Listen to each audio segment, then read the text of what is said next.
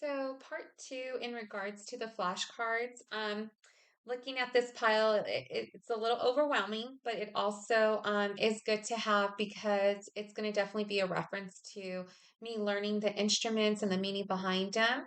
The four that I just chose was just randomly. So the first one here is like it looks like these handles with a curve at the end. So it looks like it would be something that you would hold in place or to lift. So the next one here, it looks kind of like scissors, but it's holding a thread. So I'm assuming it's something with the suturing.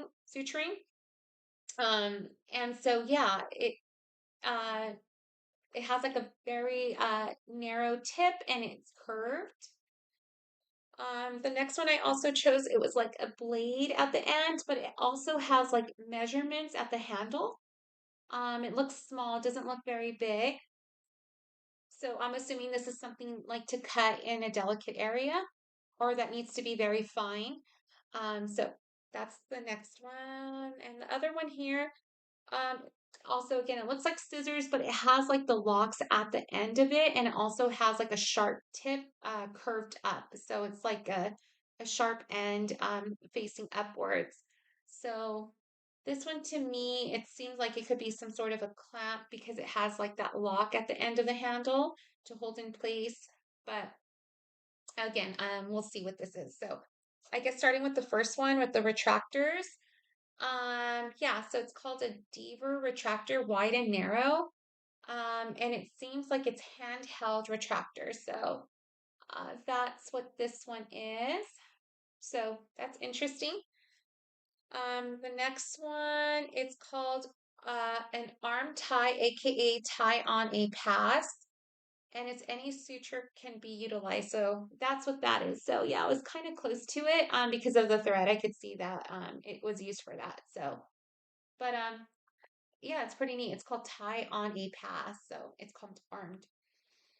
The next one is called number three handle. And it also has a number 10 blade.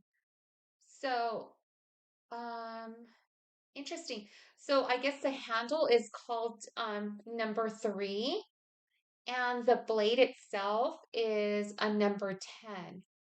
So I'm sure this is used for a particular part of the body that needs to have a different blade than the handle to probably get in to cut a certain area. So yeah.